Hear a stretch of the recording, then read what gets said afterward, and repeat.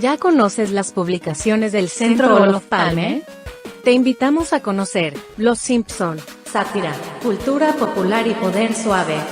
Escrito por María Cristina Rosas y prologado por el actor Humberto Vélez. En esta obra aprenderás sobre la relación de esta famosa serie con las relaciones internacionales, el poder suave, poder duro y poder inteligente, la diplomacia corporativa, la política exterior de Hollywood, la sátira corporativa y muchos temas más. Adquiere ya, Los Simpson, Sátira, Cultura Popular y Poder Suave. Envíanos un mensaje a través de nuestras redes sociales para adquirir esta y otras obras del Centro Olof Palme México. Contáctanos hoy mismo.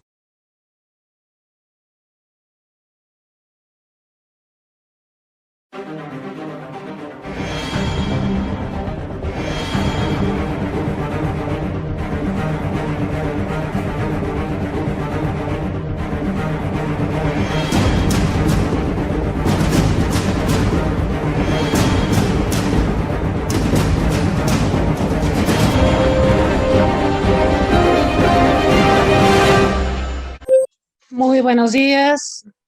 Les damos la más cordial bienvenida a una sesión más de la serie de seminarios que organiza el Centro Olof Palme México alrededor del tema general COVID-19 y la gestión de crisis en un mundo complejo. Soy María Cristina Rosas y tengo el gusto de moderar una sesión que estoy segura es entrañable para todos. Versará sobre los impactos de COVID-19 en la infancia y en la adolescencia, y para ello me honra mucho presentarles a tres de los mejores expertos que tenemos en el país en esta materia: Alejandra Echeverría, Graciela Teruel Belismelis y Fernando Gal. Me voy a permitir presentar una breve semblanza curricular de nuestros invitados.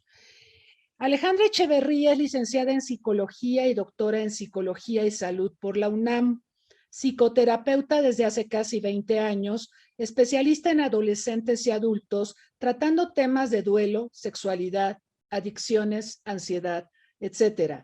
Docente en el Tecnológico de Monterrey, Campus Ciudad de México a nivel profesional. Ha sido orientadora y tutora en diferentes instituciones a nivel secundaria y preparatoria durante más de 15 años. Ella también ha sido editora ejecutiva de la revista Journal of Behavioral Health and Social Issues, revista científica de la UNAM, de mayo de 2017 a octubre de 2019. Bienvenida, Alejandra Echeverría, un gusto tenerla con nosotros. Muchas gracias. La doctora Graciela Teruel Belismelis es licenciada en Economía por el Instituto Tecnológico Autónomo de México y maestra y doctora en la misma especialidad por la Universidad de California en Los Ángeles. Sus áreas de especialización incluyen medición del bienestar, pobreza y evaluación de programas sociales.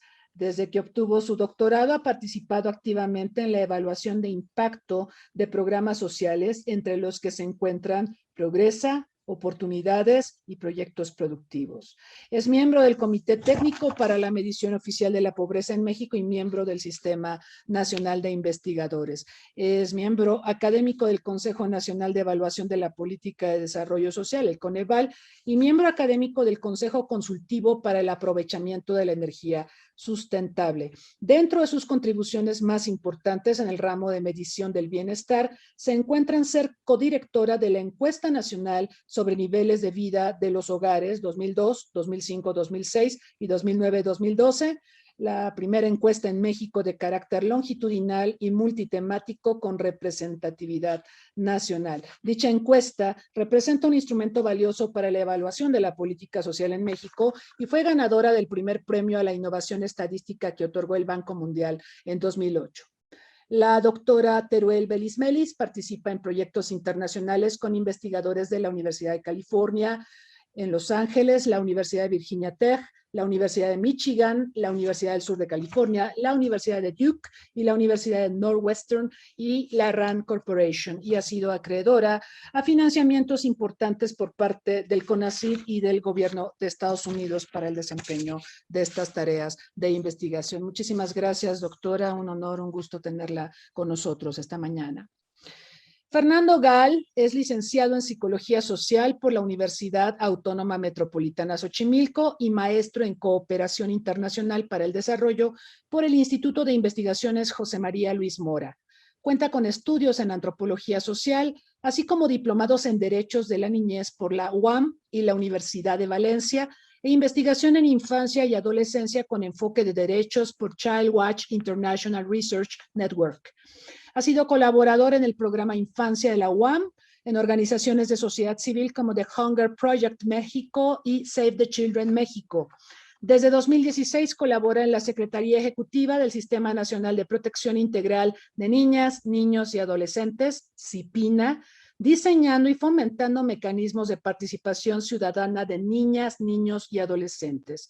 En agosto de 2017 fue publicado por Fundación Monex y el CEMEFI, el Centro Mexicano para la Filantropía, su libro titulado La niñez como sujeto de derecho en las intervenciones sociales. Nos da mucho gusto tenerlo con nosotros, Fernando. Muchísimas gracias. Gracias también a quienes nos acompañan aquí en Zoom y en Facebook Live. Les recordamos que pueden hacernos llegar sus preguntas y comentarios para nuestros ponentes. Y sin más, pues vamos a aprovechar el tiempo que tenemos, que siempre es un tirano, y le voy a pedir a Alejandra Echeverría que por favor haga uso de la palabra.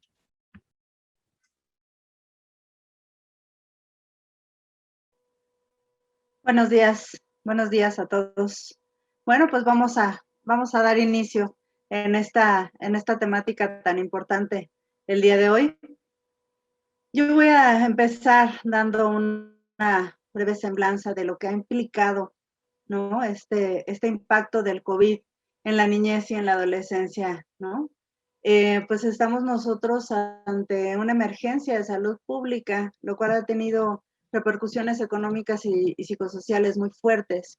En este sentido, tenemos una población vulnerable, no solamente adulta, ¿no? O sea, nos damos cuenta que hemos perdido muchos hábitos, hemos perdido como toda nuestra seguridad, y eso ha dado paso a que se den situaciones de violencia intrafamiliar muy fuertes y a perder una serie de recursos que no teníamos previstos. La vida nos cambió de un momento a otro y con eso han venido una serie de cambios a nivel psicológico muy fuerte, ¿no?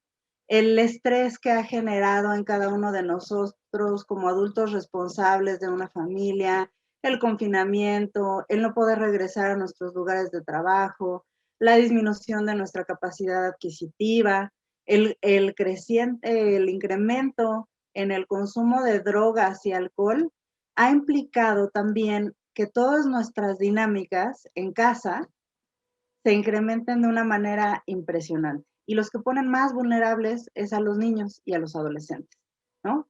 Entonces, este mismo estrés generado en casa por los adultos, pues nos ha llevado a causas de riesgo de prácticas parentales negligentes. No saber cómo manejar la situación en el día a día ha generado situaciones de maltrato físico y emocional en niños y adolescentes. Más allá de esto, tenemos una situación de riesgo, puesto que estando en el entorno familiar, esto dificulta que situaciones o personajes externos, ya sea de salud, de instituciones, de escuela, nos puedan ayudar a salvaguardar la integridad de los chicos, ¿no? Uno de los aspectos que creo que es importante considerar son los antecedentes familiares que nosotros tenemos y los eh, trastornos psíquicos, si hay abuso, si ya antes de que viniera esta situación encima de nosotros, pues nosotros tuviéramos ya un problema de estrés, de maltrato, de abuso sexual, todos este tipo de situaciones se incrementaron. Y si a esto le sumamos las condiciones de vivienda y la situación económica que rodeaba al menor, se empezó a volver una situación como mucho más estresante, de mucho más riesgo. Y estos eventos, pues obviamente están jugando un papel importante en la vulnerabilidad de los más jóvenes, ¿no? ¿Qué es lo que ha pasado? O sea, ¿qué es lo que ha pasado? No solamente porque muchas veces se habla de lo que sucede y la situación económica, de los adultos y los responsables, pero los que reciben todo este estrés, en gran medida, son los chicos que están en casa. Y chicos, estamos hablando desde los más chiquitos y de los adolescentes, para los cuales ha sido muy difícil como integrar esta nueva realidad a la que hemos estado nosotros expuestos durante más de un año, ¿no? Donde nuestra situación económica, donde nuestra situación de vida, nuestros espacios se han visto violentados. Y esta parte de los espacios creo que es muy importante, puesto que nos permitían a nosotros como de alguna manera movernos, ¿no? De alguna manera replantearnos, reflexionar con los otros y no solamente con los miembros de la familia, que no olvidemos que no estamos hablando solamente de la familia modelo, sino que las familias, como en todas las familias, existen una serie de situaciones conflictivas que estando todos juntos durante tanto tiempo, 24/7, 365 días al año, pues se incrementaron. Entonces no había la posibilidad y no tuvimos la posibilidad de estarlo como rebotando con los demás, ¿no? Y eso hace que las cosas pues tomen un color más oscuro, ¿no? ¿Cuáles son los padecimientos que nosotros hemos visto? De repente pensaríamos que los niños pues están bien, no pasa nada, están en casa, están seguros y no en todas las casas, ¿no? Entonces, ¿qué es lo que se empezó a ver? Pues empezamos a ver que había dificultades en los trastornos del sueño y del apetito, muchos de estos derivados del cambio de hábitos. Los hábitos se modificaron por completo.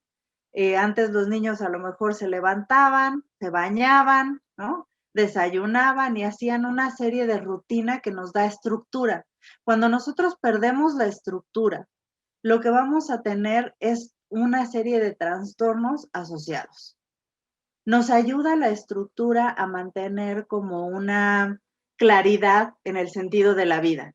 En este sentido, pues lo que apareció, pues fueron dificultades para atender, ¿no? Porque pues ya no estoy en el espacio que me corresponde y que tiene un significado que es la escuela.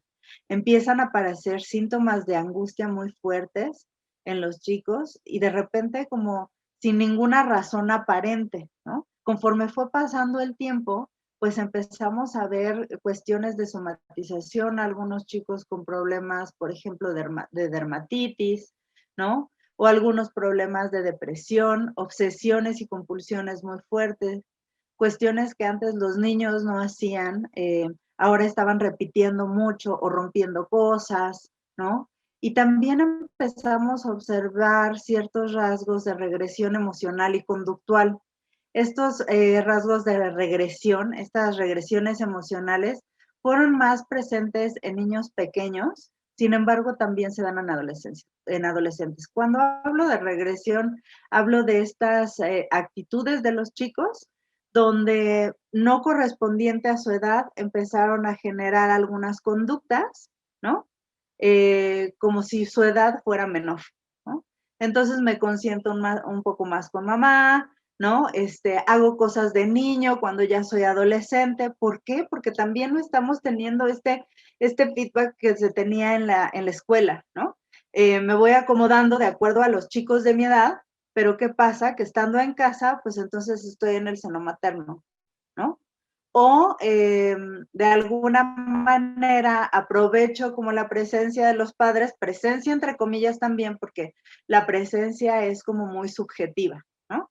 Esta presencia de repente puede estar como mucho más asociada a la parte física, pero no a la parte emocional. ¿Por qué? Pues porque está presente la mamá, el papá, la abuelita, la tía, con quien los niños estén siendo cuidados en ese momento, pero no hay una presencia emocional. No hay una presencia emocional porque los padres también están ocupados en alguna situación de trabajo, ya sea fuera o dentro de la casa.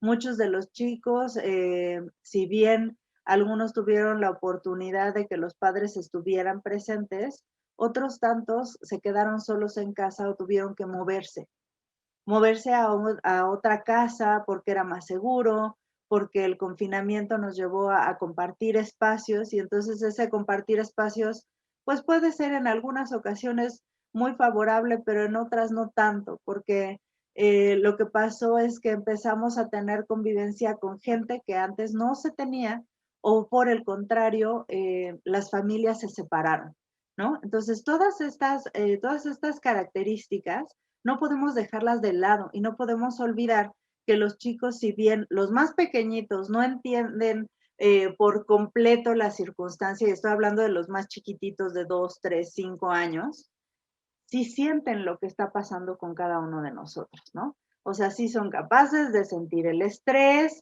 de percibir la violencia dentro de casa, la angustia por no tener los recursos económicos necesarios para salir avante, ¿no? Entonces, de repente yo escuchaba, incluso en consulta, como, pues no pasa nada con los niños, ¿no? No, sí pasa y pasa mucho, ¿no? Y estamos con una población muy vulnerable, a la que es necesario ponerle atención y que nos está dando señales de que algo no está bien, ¿no? Todos estos padecimientos que los chicos presentan, este nerviosismo, empezar a comerse las uñas, empezar a tener reacciones violentas o incluso también de aislamiento, pues no ha sido sencillo. Y para los papás a veces no ha sido tampoco fácil como atender este tipo de circunstancias, pues había que resolver o hay que resolver aún, ¿no? Muchas situaciones externas en cuestiones económicas, ¿no? Aparte de todo eso, nos enfrentamos a situaciones de enfermedad y muerte, ¿no? Y entonces, pues tenemos como todos emociones y reacciones de miedo, de ansiedad, de depresión. ¿Cuántos de nosotros no estábamos también un poco como en esta paranoia, ¿no? De salir y entonces no, mejor no toques, no salgas, porque no había y no hay todavía como una certeza como tal de esta situación que vivimos, ¿no? Entonces, al enfrentarnos a situaciones de enfermedad y muerte, pues también tenemos que echarle un ojo a lo que está pasando con los chicos, ¿no? Muchos de ellos, los menores de 6 años, el concepto de muerte aún no está bien desarrollado, ¿no? Entender la repercusión de la muerte, entenderlo así, es difícil antes de los 6 años, ¿no? Generalmente los niños no son capaces de elaborar como completamente esta idea de muerte. Los más grandes, de los 6 en adelante, es mucho más fácil y entonces también vamos a empezar a ver cuadros depresivos. Y estos cuadros depresivos no solamente los vamos a ver después de los 6 años. Recordemos que aunque los chicos no tengan desarrollado todo este pensamiento concreto, sí tenemos la sensación y sí tenemos como esta capacidad de sentir lo que está pasando en casa, ¿no? Nosotros hemos escuchado familias enteras, ¿no? Desafortunadamente se han ido, ¿no? Y nos hemos enfrentado a situaciones de muerte sin acompañamiento, lo cual ha hecho más difícil el procesar los duelos. Esto no solamente es difícil para los adultos, también es difícil para los niños entender. Si yo ya tenía una idea de la muerte, ¿por qué el día de hoy no se está viviendo de la misma forma? Si yo tenía una idea de la enfermedad, ¿por qué no la estoy entendiendo o no la estoy, no está siendo acompañada de la misma forma, ¿no? O sea, si alguien está enfermo, bueno, vamos al hospital, lo cuidamos o lo cuidamos en casa, ¿no? Se le dan las atenciones necesarias, pero en este caso del COVID, pues ha sido como muy alejado, ¿no? Y en otras ocasiones ha sido muy frustrante, no solamente para los adultos, insisto, el no poder hacer despedidas y el no contar con estos recursos y a veces no acercarse con especialistas ha incrementado pues todos los padecimientos y todas las reacciones, ¿no? Generalmente cuando yo puedo y soy capaz de procesar un duelo, se vive mucho más fácil, ¿no? Vamos al velorio, hacemos una serie de rituales que como familia, como sociedad nos ayudan a sentirnos mejor. mucho de lo que está sucediendo es que todas estas emociones, más el confinamiento, más la violencia o incluso padecimientos previos, se empiezan a juntar y se empiezan a meter como en una olla express, ¿no? En el cuerpo, en las emociones y en los pensamientos de los niños, que eventualmente lo que va a pasar es que van a estallar, ¿no? De repente escucho mucho a los papás decir, es que está bajando de calificaciones, pues es una manera también de demostrar que algo está pasando. O sea, la vida no siguió como antes y también el que los niños de repente bajen las calificaciones o tengan reacciones agresivas, pues nos está dando señal de que algo está sucediendo y que algo hay que atender, ¿no? ¿Qué es lo que pasa? Pues de repente los niños pequeñitos en etapa preescolar, pues están incrementando este miedo a estar solos, a la oscuridad, a las pesadillas. Esta olla express de la que les hablo, tarde o temprano da señales de vida, ¿no? O sea, y esto puede ser por medio de cambios en el apetito también, rabietas muy fuertes, conductas que antes no observábamos en ellos, pero que el día de hoy están siendo como muy evidentes, ¿no? Dolores de cabeza o incluso dolores de estómago. No somos capaces de asimilar la situación que está sucediendo. Si como adultos a veces nos tensionamos y entonces, ay, no, me duele o el estómago. Los niños, por supuesto, que también aprenden y también reaccionan de la misma manera que nosotros lo hacemos. Y si bien nosotros no hemos estado de alguna manera del todo preparados para esta situación, y tratamos de lidiarlo de la mejor manera, pues no sucede lo mismo en todas las casas, ¿no? En el caso de los adolescentes, pues ha sido aún más fuerte, ¿no? Yo digo que los niños en edad primaria y secundaria, preparatoria, ha sido bien complicado porque están aislados de sus compañeros y de sus seres queridos, ¿no? Pues nosotros sabemos que en la adolescencia lo más importante es el intercambio que yo tengo con los demás, ¿no? El intercambio eh, de experiencias, ¿no? La capacidad que yo tengo de verme a mí mismo a través de los otros, de identificarme, si estamos pasando la misma situación, eso ha quedado en cero. Si bien tenemos el uso de dispositivos, no es lo mismo, no es la misma confianza, incluso eh, en estas clases virtuales, pues no se exige que los chicos prendan la cámara por cuestiones de, de su integridad, ¿no? Y también no meternos en casa de los demás. Sin embargo, esto ha disminuido la posibilidad de interacción. Y disminuir la capacidad de interacción también limita nuestro funcionamiento como seres sociales. Nuestras habilidades sociales se ven disminuidas y en eso impacta y se va directo a la apatía, ¿no? Entonces, bueno, ¿qué le pasa? No quiere hablar con nadie, se la pasa jugando. Pues sí, porque no hay con quién reflejar esto que me está pasando, no hay con quién vivir las experiencias del día a día, los cambios, las capacidades que tenemos nosotros de reunirnos con los demás, de experimentar nuestras habilidades. Entonces, todo esto, pues ha afectado el funcionamiento de niños y adolescentes, ¿no? La escuela implica, en este sentido, un lugar seguro, ¿no? Un lugar donde nosotros recibimos generalmente apoyo social, emocional y en muchos de los casos nutricional, ¿no? Entonces, todas estas estancias de los niños que se quedaban hasta las 4 de la tarde o a lo mejor en algunas actividades les daban no solamente el apoyo social y emocional, sino también la parte nutricional. Entonces, ¿qué estamos teniendo? Pues pérdida de esos hábitos también, de esa alimentación, y entonces nos enfrentamos ante situaciones hasta de riesgo de embarazo adolescente, porque pues las familias de repente puede que se hayan unido de más ante la violencia intrafamiliar, la explotación sexual.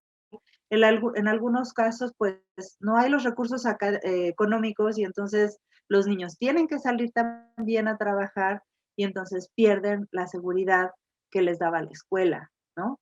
Hay un distanciamiento social, una incapacidad para desarrollar las actividades cotidianas que nos daban esa seguridad y esa gratificación y esa capacidad de empezar a crecer con los demás como sociedad, ¿no? Nos hemos quedado en un lugar muchas veces no seguro, porque la escuela implica un lugar a veces para muchos niños mucho más seguro que su propia casa. Y es triste decirlo, pero también es parte de la realidad que vivimos nosotros, ¿no? Entonces, estamos en una situación muy desafiante, ¿no? Necesitamos actuar de diferentes formas y al menos en mi experiencia profesional, lo que sí ha llegado mucho a mi consulta privada es justo estas reacciones de niños y adolescentes, donde los mismos niños afortunadamente también están pidiendo así de necesito hablar con alguien, aunque sea por una camarita, ¿no? O sea, necesito hablar con alguien y de repente o sea, sueltan unas cosas impresionantes que ya estaban antes, pero en la pandemia lo que ha sucedido es que se ha incrementado, o sea, los problemas que ya existían se hicieron enormes. Y entonces, lo que a lo mejor iba poco a poco yo soltando con mis compañeros de la escuela, pues no hay cómo hacerle. Y entonces necesito hablar de lo que está pasando en casa, lo que me pasó hace algunos años. Si ha ocurrido en adultos, pues ahora en niños y adolescentes se está destapando de una manera impresionante, ¿no? Entonces, este lugar seguro que teníamos para los niños y para los adolescentes ha desaparecido. Y en muchas ocasiones, las habilidades sociales que no se desarrollaron antes, es bien difícil que se estén desarrollando ahora. Entonces, bueno, si a esto le sumamos las problemáticas previas, si había una psicopatología, había una discapacidad, ya había depresión, ya había violencia en casa, ya había abuso de sustancias, eso ha incrementado de una manera impresionante y nos ha llevado a cuadros de depresión y ansiedad altísimos. Chicos que antes tenían algún problema de depresión, pues han ido a dar al hospital, ¿no? Se ha incrementado incluso problemas de salud, ¿no? Como diabetes, ¿no? Se ha incrementado porque pues tampoco hay los recursos, el cuidado, la alimentación, el ejercicio, todas estas problemáticas previas se incrementan de una manera impresionante. Y entonces tenemos que poner atención, porque no siempre, y eso sí tengo que decirlo muy claro, no siempre la casa es el lugar más seguro para los niños, ¿no? También vamos a ver que hay una situación que se ha incrementado mucho, que es la de los dispositivos, ¿no? Para bien y para mal, el uso de dispositivos electrónicos, ¿no? Donde podemos encontrar a lo mejor un lugar medio seguro para algunos, porque hablan con otras personas que a veces no sabemos quiénes son, ¿no? Y también se han incrementado en este sentido no solamente la parte de la parte de los dispositivos computacionales, sino también en el caso de los adolescentes, el consumo de sustancias, ¿no? ¿Por qué? Pues porque nos da la posibilidad de evadir un poquito la realidad que estamos viviendo. No sé si ustedes recuerdan, pero al inicio de la pandemia hubo un incremento en el consumo de sustancias en adultos, pero no solamente en adultos, y de esto se habla muy poco. Si a esto le sumamos que traemos depresión, que traemos una serie de situaciones atoradas previas, también nos estaba llevando a situaciones de suicidio adolescente, de cutting, ¿no? También es algo que hemos observado mucho en la consulta, porque este dolor que estoy viviendo, esta sensación de frustración, a veces es muy difícil poderla expresar y los medios por los cuales nosotros encontramos de repente como la salida es por medio de esto, ¿no? O sea, de lastimarme, de hacer evidente el dolor que se está viviendo a mi alrededor, ¿no? Entonces, si nos damos nosotros cuenta, estamos con una situación de una población vulnerable a la que hay que atender, ¿no? Y entonces pensamos de repente, bueno, ya regresamos y las cosas van a tomar su rumbo. No es tan sencillo. Necesitamos hacer una incorporación paulatina y necesitamos apoyar a los chicos en este regreso. ¿Por qué? Porque también este confinamiento ha dado la situación de que los chicos ya no quieren tener contacto por miedo, ¿no? Por tener el rechazo al que tenían que enfrentarse todos los días, ¿no? Cuando vamos creciendo y cuando vamos trabajando en nuestra identidad, pues o lo enfrentas porque vas a la escuela, ¿no? Y entonces esto te ayuda a que poco a poco vayas acomodando algunos aspectos de tu ser. Cuando hemos estado tanto tiempo confinados y no hay esta retroalimentación externa, entonces se da la posibilidad de decir, no, o sea, ya no quiero salir, me quedo aquí, ¿no? Me quedo bien, enconchadito, no hago nada, estoy un poco más seguro de no enfrentarme a desarrollar mis habilidades sociales. Entonces, una de las partes importantes es empezar como a generar espacios, aunque sea virtuales, ¿no? Con la familia, con los amigos, y empezar a generar rutinas y hábitos saludables. Empecé con esto y termino con esto. ¿Por qué? Porque las rutinas y los hábitos nos van a permitir a nosotros una estructura, la estructura de nuestro ser. Ajá. Nosotros aprendemos sobre nuestro cuidado y sobre el cuidado de los demás a partir de las rutinas. Entonces es necesario que nosotros empecemos antes de salir, ¿no? O sea, antes de incorporarnos a esta normalidad, si es que se da de alguna manera al 100%, ¿no? Que eso habría que verlo, ¿no? Sí necesitamos acompañarlos, cuidarlos, referirlos, ¿no? Darles la atención necesaria, porque una de las cosas importantes y que estaba olvidando decir es cómo, y seguramente mis compañeros hablarán sobre eso, cómo los derechos de los niños han sido realmente vulnerados en esta situación, ¿no? El derecho a la salud, el derecho al intercambio, ¿no? O sea, a la vida, ¿no? Entonces, tenemos que regresar y regresarlos poco a poco, ¿no?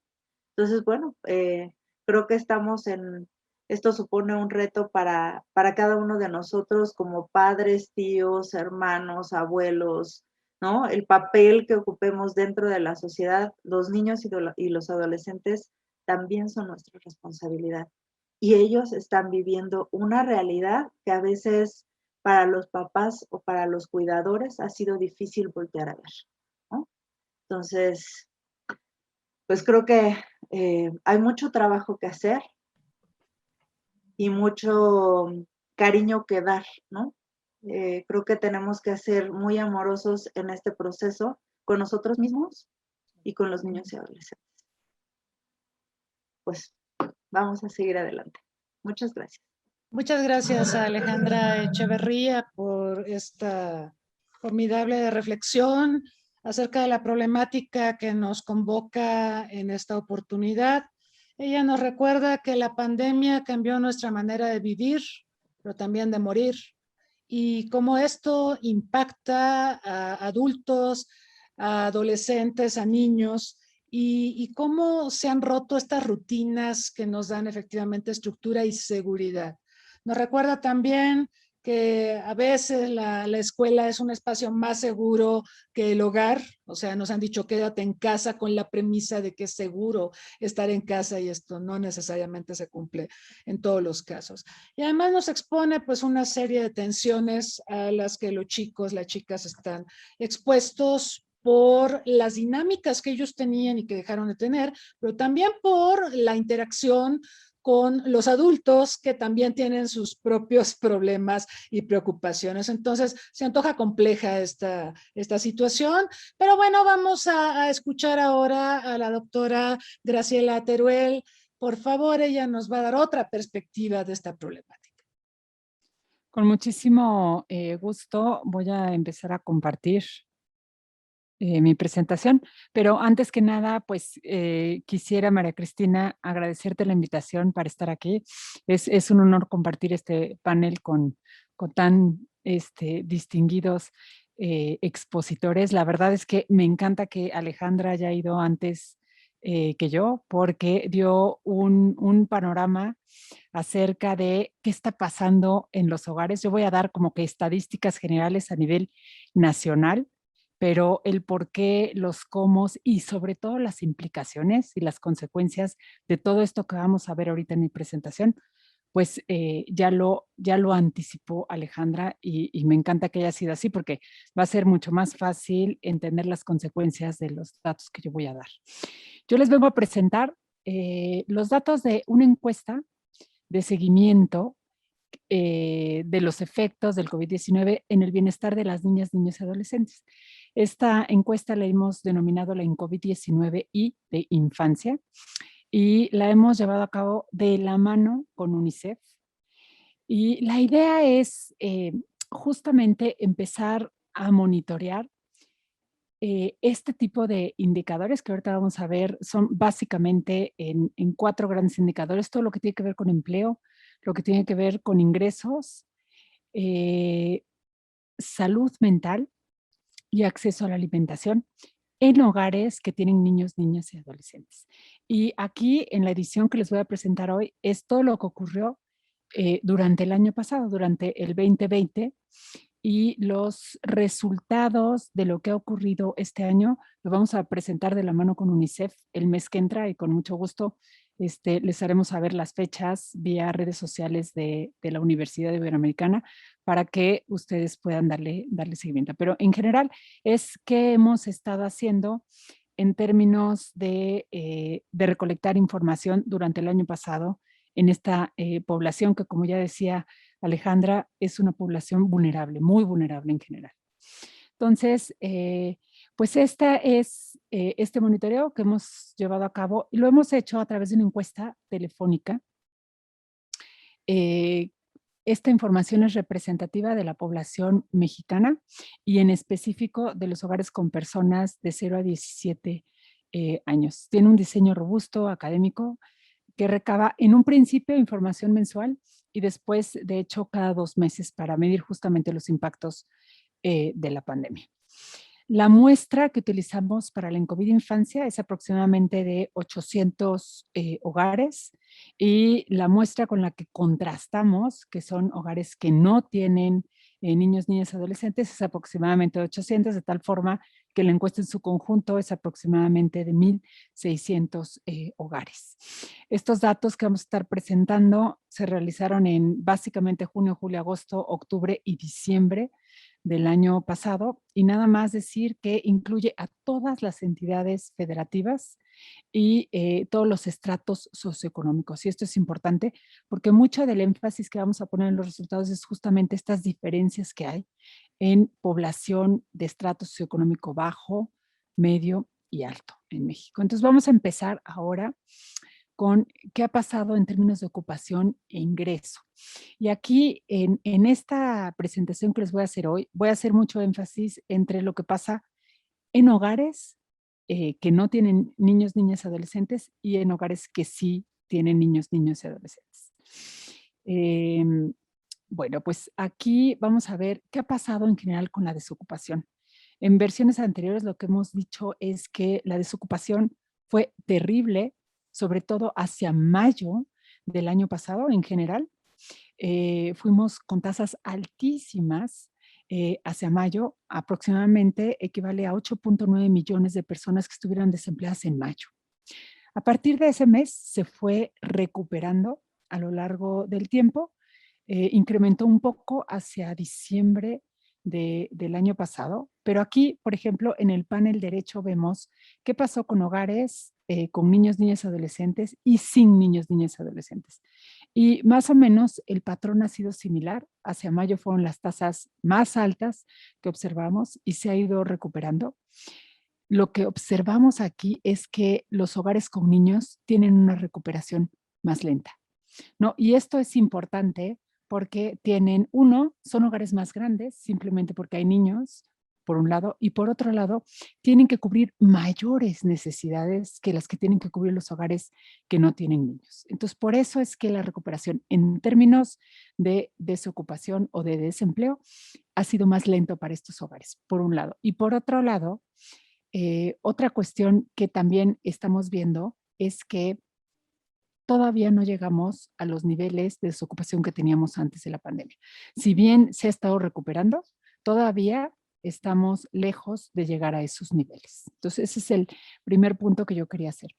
Aquí lo que estamos viendo es el porcentaje de hogares que había perdido su empleo o su fuente de ingresos.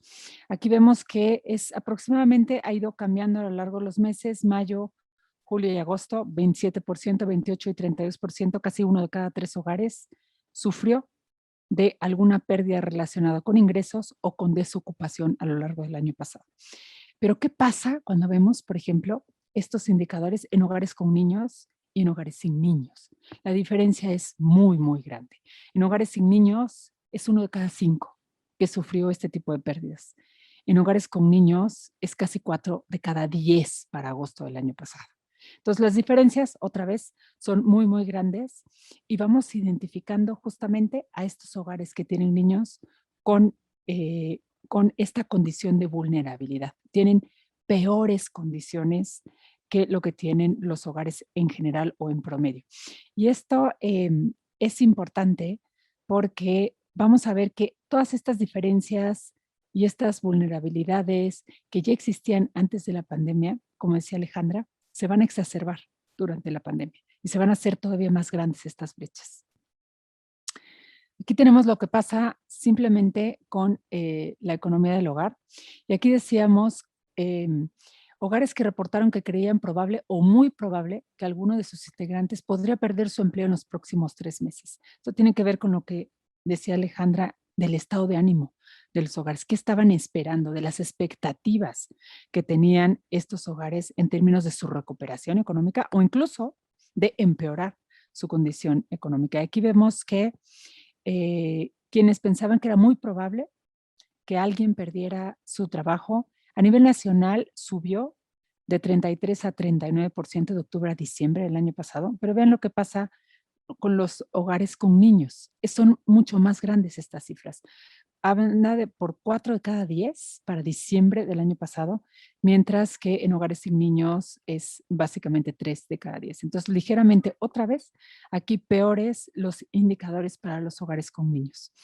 Aquí, en términos de ingresos, y aquí la pregunta es muy interesante porque es, dependiendo de cuándo se entrevistó, cómo perdieron los hogares ingresos con respecto a antes de la pandemia, febrero del 2020. En general, fue mejorándose por ahí de 67% a 56% a lo largo de los meses que fuimos capturando.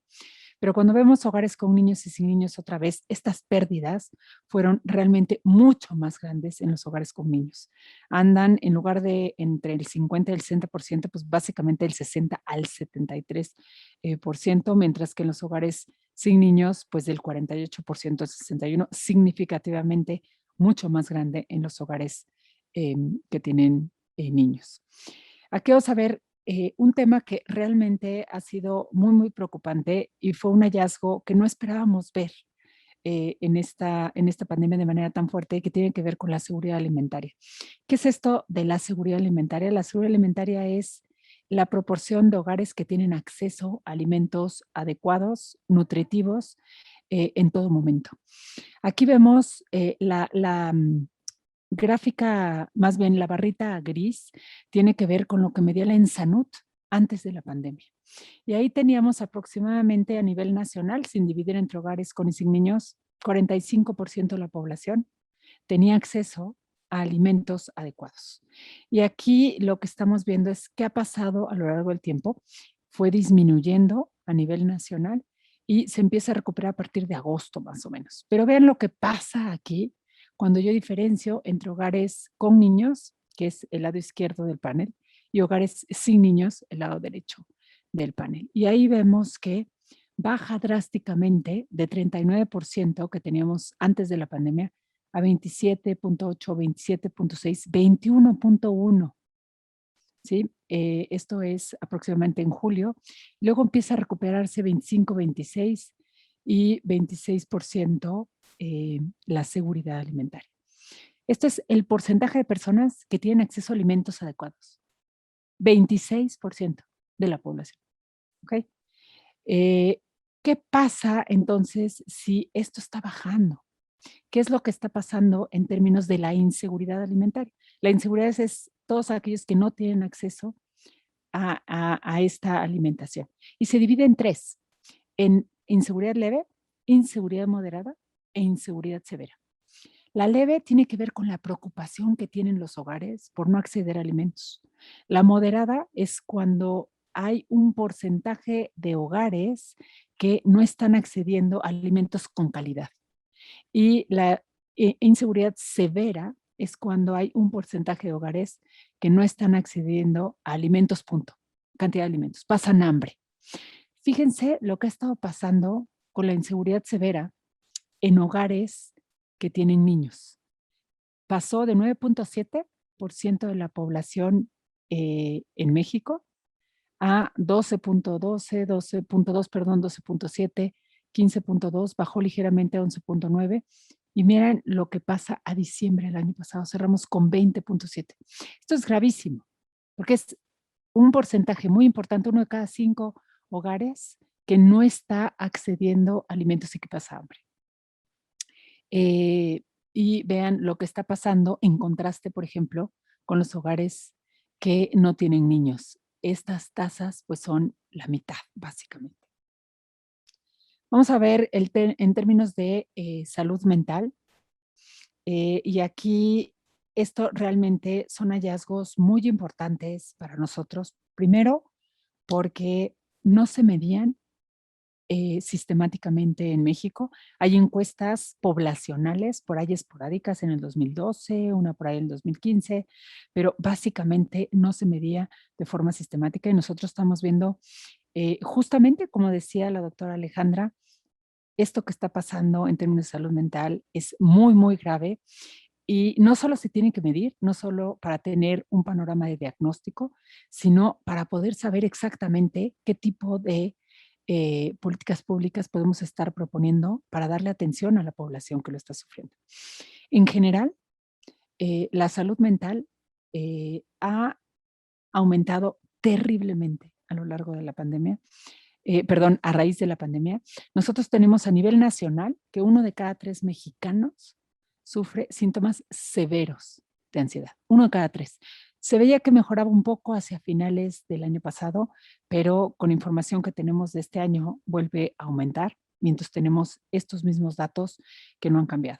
Cuando vemos cómo se diferencian en hogares con niños, niñas y adolescentes y hogares que tienen solo un hijo y hogares que tienen 2 o más hijos, vemos que va aumentando a medida que tienen más hijos. Estas tasas andan por ahí de 36.6, cuando en promedio andan por ahí de 30 a 32%. En hogares que tienen 2 o más hijos, aumenta terriblemente hasta 36, 37%. Aquí lo que estamos viendo es con el CESD-7, que es una escala muy probada para medir depresión, también qué es lo que ha estado pasando. Y otra vez, en hogares, por ejemplo, que tienen 2 o más niños, estas tasas de depresión andan cercanas al 30%, cuando en promedio pueden andar por ahí del 21%. Entonces, ¿qué es lo que quiere decir? Que justamente lo que decía Alejandro, los hogares que tienen niños, niñas, adolescentes están padeciendo niveles de estrés, tienen toda esta preocupación relacionada con la enfermedad del COVID, aunada a la preocupación de quedarse sin empleo, aunada a la preocupación de no tener ingresos para hacerle frente a las necesidades y, por si fuera poco, con problemas de acceso a la alimentación. Vamos a ver, aquí tenemos un módulo, Alejandra, de lo que está pasando con los niños, niñas y adolescentes específicamente. Y yo sé que igual y me estoy pasando de tiempo, pero no sé si me puedas dar 5 minutos más para acabar esta parte de la presentación. Sin problema, bueno, Graciela, por favor, adelante. Ok, muy bien. Aquí vamos a hablar de qué pasó con este programa a nivel nacional de Aprende en Casa. Entre 6 y 7 de cada 10 niños vieron el Aprende en Casa. ya sea en la versión del primer ciclo escolar, en mayo, o del segundo ciclo escolar, que lo captamos de hecho en octubre del año pasado. En términos de cómo se distribuyó esto en términos de estratos socioeconómicos, que es lo que estamos viendo en estas gráficas que vemos aquí. Vean, por ejemplo, el estrato socioeconómico bajo fue aumentando de 59, 58 hasta 74% en octubre. Lo que nos dice es que para el segundo ciclo hubo un porcentaje mayor de niños en este estrato de hogares que fue mejorando, justamente fue ingresando o teniendo acceso al programa Aprende en Casa. Y cuando lo contrastamos, por ejemplo, con el estrato alto, ahí era 53% y terminó en 60%. Aquí, en términos de qué tan contentos estaban estos hogares o estos niños con tener acceso a este tipo de programas. Vemos, por ejemplo, que en general pasó de 42% de grado de satisfacción bueno o muy bueno a 54% en octubre. Pero cuando lo vemos, por ejemplo, diferenciado por estrato socioeconómico, vemos que aumenta mucho más en estratos bajos.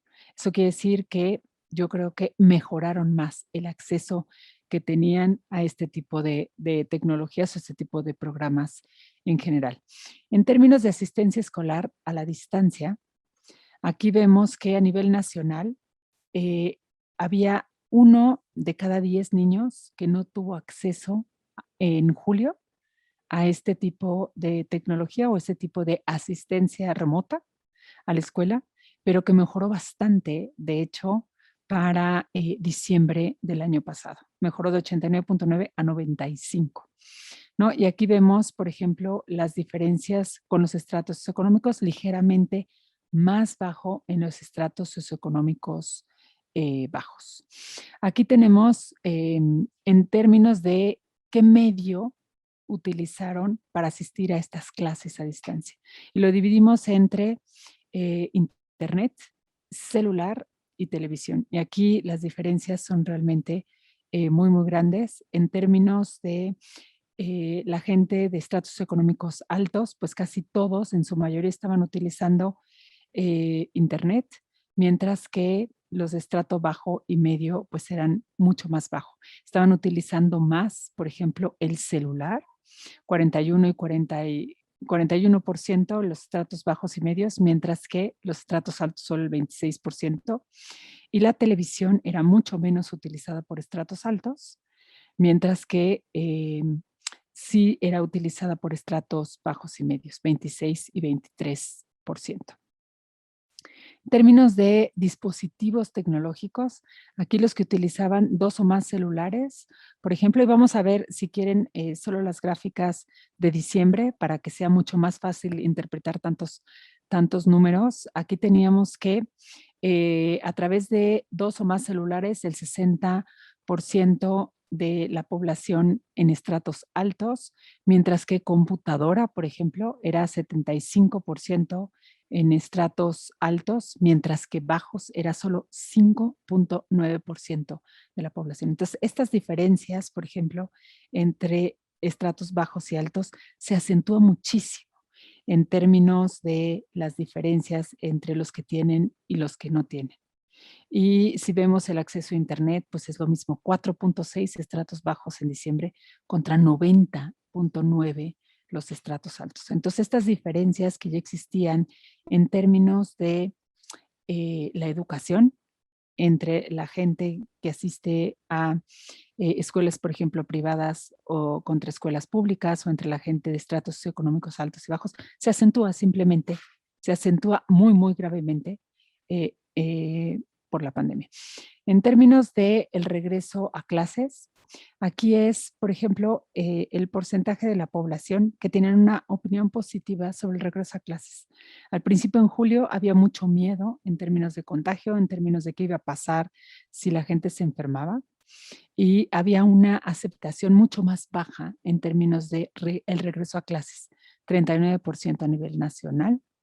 Y sin embargo, esta aceptación aumenta muchísimo para diciembre de este año. Ya todo el mundo estaba bastante desesperado, yo creo que de estar confinado en casa, y estas aceptaciones aumentan al 82, 89 y 83%, siendo más baja en estratos altos.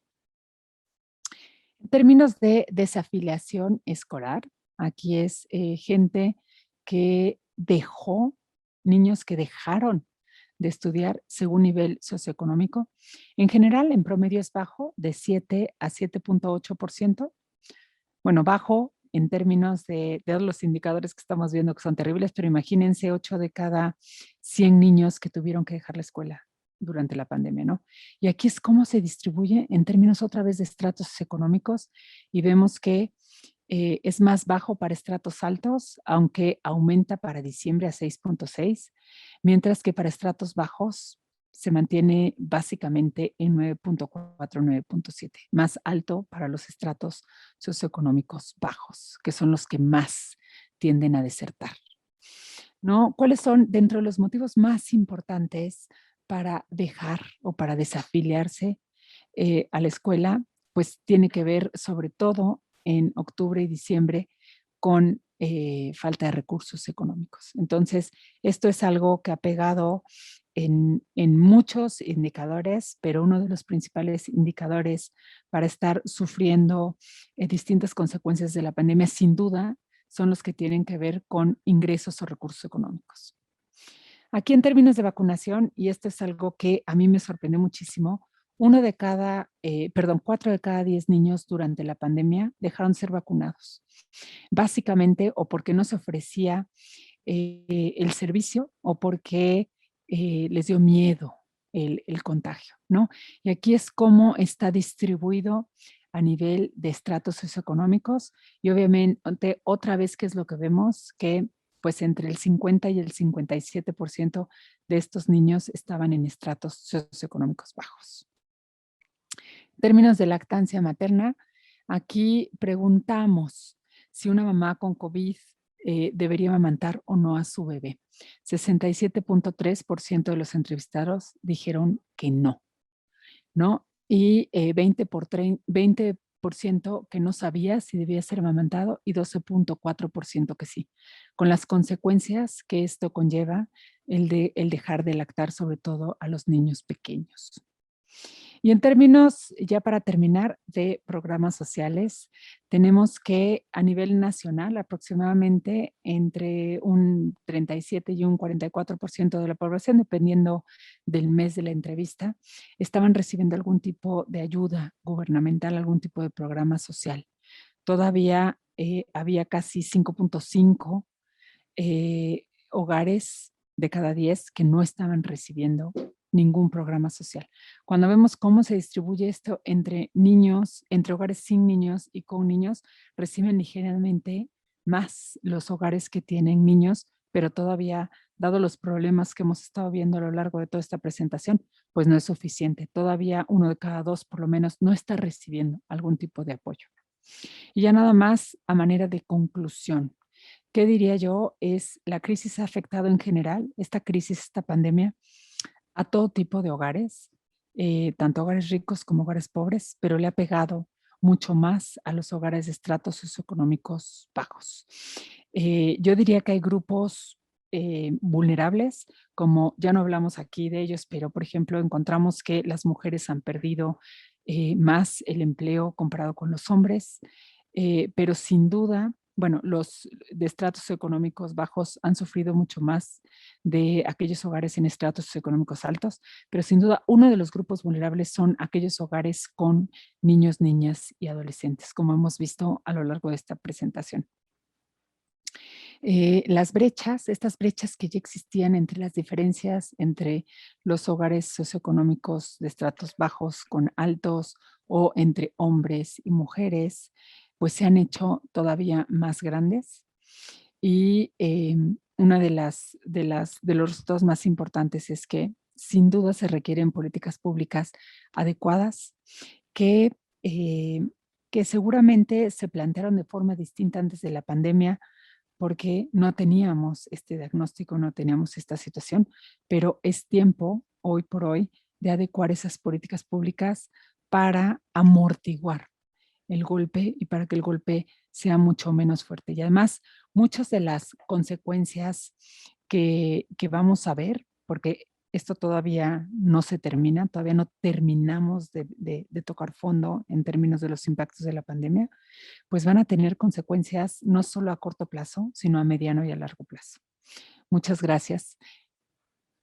Muchas gracias a la doctora Graciela Teruel por esta presentación que complementa muy bien lo expuesto por Alejandra Echeverría, pero que además nos añade los números. Los números suelen ser fríos, pero creo que las cifras que estamos viendo aquí son terriblemente importantes para un diagnóstico más acercado a la realidad sobre los impactos del COVID en diversas esferas de la vida de la sociedad mexicana. Y esto de que pues había desigualdades, había brechas, el digital divide, había brechas alimentarias, en fin, previos a la pandemia, que la pandemia vino a agudizar, lo podemos corroborar con los datos que nos presenta la doctora Graciela. Efectivamente se requieren mejores políticas para amortiguar el golpe, pero yo únicamente señalaría que la pandemia todavía no termina y puede empeorar la situación. Y creo que también estamos enfrentando un problema grave de percepción del riesgo pandémico porque se dicen muchas cosas sobre la pandemia, cierran hospitales COVID, por ejemplo, cuando la pandemia sigue, y hay una situación también de percepciones de inseguridad en la población. Hay vacunación, pero no hay suficientes vacunas, se postergan los días para los diversos grupos de edad para que reciban la vacuna. O vemos también que cambian los semáforos, ¿no? El caso de Campeche es muy llamativo. Tuvo semáforo verde durante mucho tiempo y brincó del verde al naranja porque empezaron a incrementarse los casos de contagios. Entonces, el retorno a clases presenciales todavía es un enigma en este momento y vamos a tener que seguir trabajando en mediciones porque esto se va a seguir prolongando y las tensiones sociales y las dificultades socioeconómicas y el digital divide se van a seguir exacerbando, me parece. Agradecemos, por supuesto, todos estos datos. Son demoledores. La verdad es que es impactante. Le voy a pedir a Fernando Gal, por favor, que haga uso de la palabra. Muchas gracias y muy buenos días a todas las personas que nos están acompañando. Gracias al Centro Olof Palme por la invitación. La presentación que a continuación voy a proyectar y a narrar está enmarcada en el derecho a la participación de niñas, niños y adolescentes. La Convención sobre los Derechos del Niño, nuestra Ley General de Derechos de Niñas, Niños y Adolescentes nos dice que niños, niños y adolescentes tienen el derecho a expresarse, a participar, a recibir información de toda índole en términos de los distintos ámbitos de su vida y en términos de cómo en el momento de su edad, de su madurez, de su etapa de desarrollo, de distintos contextos. Es decir, niñas, niños y jóvenes, al igual que ustedes y yo, somos sujetos de derecho, ¿no? Nuestras leyes lo confieren y eso les permite elaborar un juicio propio, la suficiente objetividad conforme van creciendo, apelar a expresar sus emociones. Y es el papel de las y los adultos, de las instituciones, escucharlos y tomarlos debidamente en cuenta. Y en eso está enmarcada esta presentación. Desde la Secretaría Ejecutiva del Sistema de Protección hemos realizado diversos ejercicios de participación a lo largo del año y nos parece desde mayo hasta enero y vamos a continuar haciendo unos más en el siguiente semestre. Al final les contaré qué nos gustaría hacer. Y permíteme, ahora sí, se los voy a compartir. Creo que así está. Lo siento mucho. Listo. Ahora sí. Un segundo, ahora sí. Perfecto.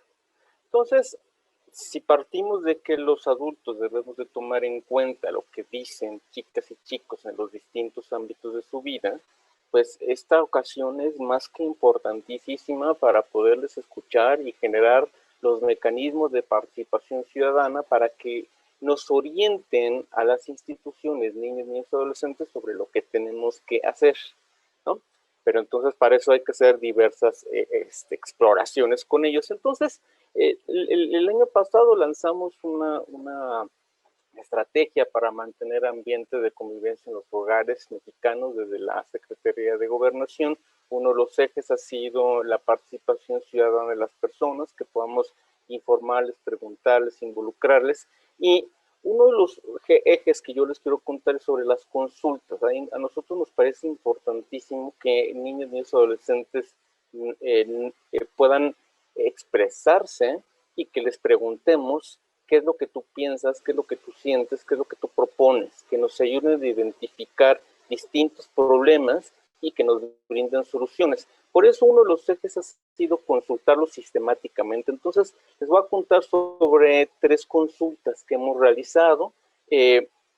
Una tiene que ver con diálogos intergeneracionales, otro sobre una convocatoria que sacamos hace tiempo, y finalmente un sondeo de opinión dirigido a niños, niños y adolescentes. Entonces, lo que van a ver ustedes es pues, la pura expresión de niños, niños y adolescentes en este contexto. Bueno, entonces, la primera cosa, lanzamos una convocatoria que se llama Crónicas de la Cuarentena para que chicas y chicos pudieran expresarse a través de dibujos, distintos otros materiales, pero principalmente lo que buscábamos es que fuera un cómic donde en 6 cuadros nos pudieran contar cómo se estaban sintiendo, ¿no? Una edición para niñas y niños, otra edición para adolescentes, y recibimos 850 materiales y todos estos materiales los hemos estado sistematizando. Esto ha tomado tiempo, hemos sistematizado una muestra y nos hablan de estos temas, niños y niños, nos hablan de sus preocupaciones frente a la escuela y el aprendizaje, sobre la preocupación sobre su salud, si se van a enfermar o no, o si alguien va a morir. Ya lo externaba la doctora Echeverría justamente, ¿no? Sobre lo que hacen durante el aislamiento, a qué juegan, sus rutinas, ¿no? Las cosas que les están pasando, sobre cómo se relacionan con sus amistades, sobre qué piensan sobre la pandemia, sobre las violencias en algunos casos que sí, efectivamente, ya ha sido abordado, y desde este punto de vista, por supuesto que también aparecen a través de todos estos materiales que nos llegaron, y las condiciones de contexto, es decir, cómo ha afectado la pobreza, cómo ha afectado la pérdida del trabajo, ¿no? Entonces, nos llegó estos 850 materiales, tienen que ver con sí, cómics, pero también nos llegaron unos materiales fabulosos como podcast, videos, poesía, teatro, una maravilla. Estamos creando el ebook, lo vamos a compartir, es difícil seleccionar de 850 materiales, pero esto es tan solo un ejemplo y son materiales agridulces.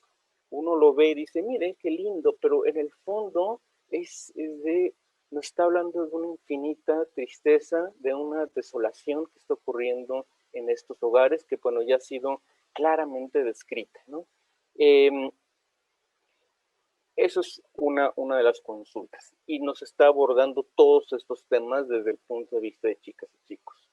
Realizamos diálogos intergeneracionales. ¿Qué es un diálogo intergeneracional? Este es un mecanismo de participación donde reunimos a jóvenes, entre 6 a 10 jóvenes, puede ser, bueno, en este caso ha sido virtual, y los reunimos con autoridades encargadas de los distintos temas que les preocupan. Entonces los ponemos a dialogar, a que chicas y chicos, mediante preguntas disparadoras y con una moderación, pueden narrar sus perspectivas, las causas de los problemas, las experiencias, lo que sienten, lo que piensan, y hacemos somos reiterativos con ellos en que con esas identificaciones nos digan propuestas. Entonces, bueno, a nivel nacional, a través de las secretarías ejecutivas, pues lanzamos estos diálogos intergeneracionales, realizamos 55 diálogos y se abordaron puros temas de cómo se están sintiendo chicas y chicos durante esta experiencia. Estamos hablando del periodo que va entre mayo hasta enero más o menos de este año, quizá diciembre. Entonces, ¿qué temas se abordaron? Ahorita voy a hacer una síntesis rapidísima, pero se habló sobre recreación, se habló sobre juegos, sobre su educación, sobre la violencia, sobre todas estas experiencias.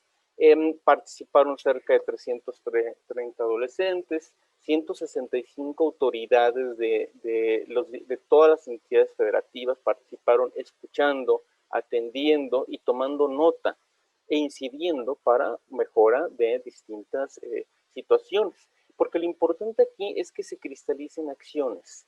Lo que dicen las chicas y chicos, pues tratemos de tomarlo y incidir. Y bueno, pues fue muy bueno porque pues, muchas personas, más de 4.500 personas, pues se asomaron a escuchar a las y los jóvenes. ¿De qué hablaron?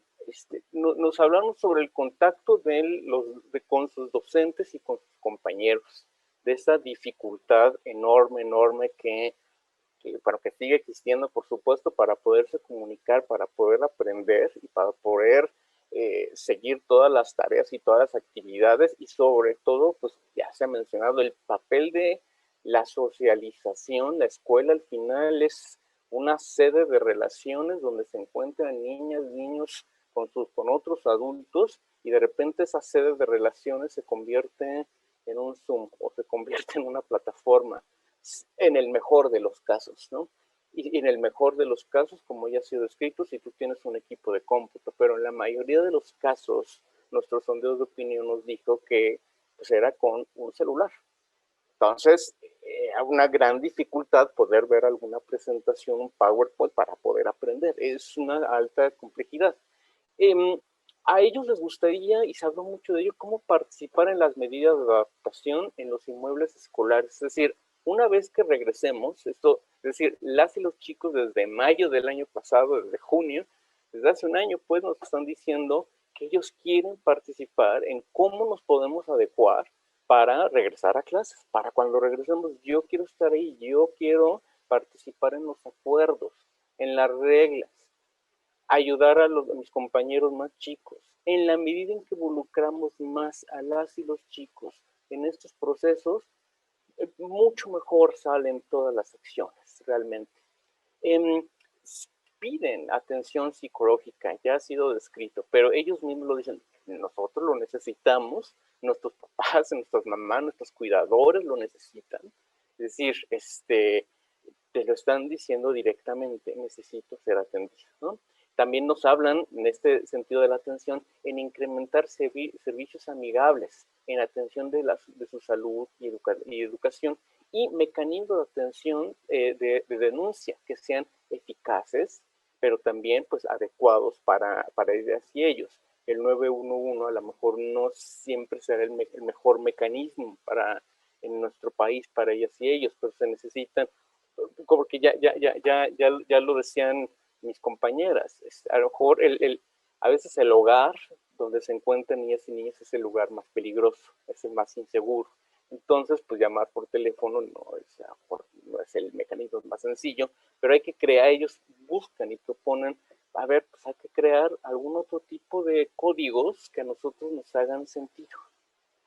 Bueno, y finalmente realizamos un sondeo de opinión amplio que llamamos Opina Nueva Normalidad. Opina significa opinión de niñas, niños, adolescentes. Hemos hecho desde 2016 en la Secretaría Ejecutiva 6 o 7 de estos ejercicios. Los pueden encontrar en nuestro sitio web. Hemos hecho sobre el sismo en 2017, sobre la caravana migratoria. Lo realizamos sobre ejercicios sobre juegos, sobre el trato hacia las niñas, niños, adolescentes.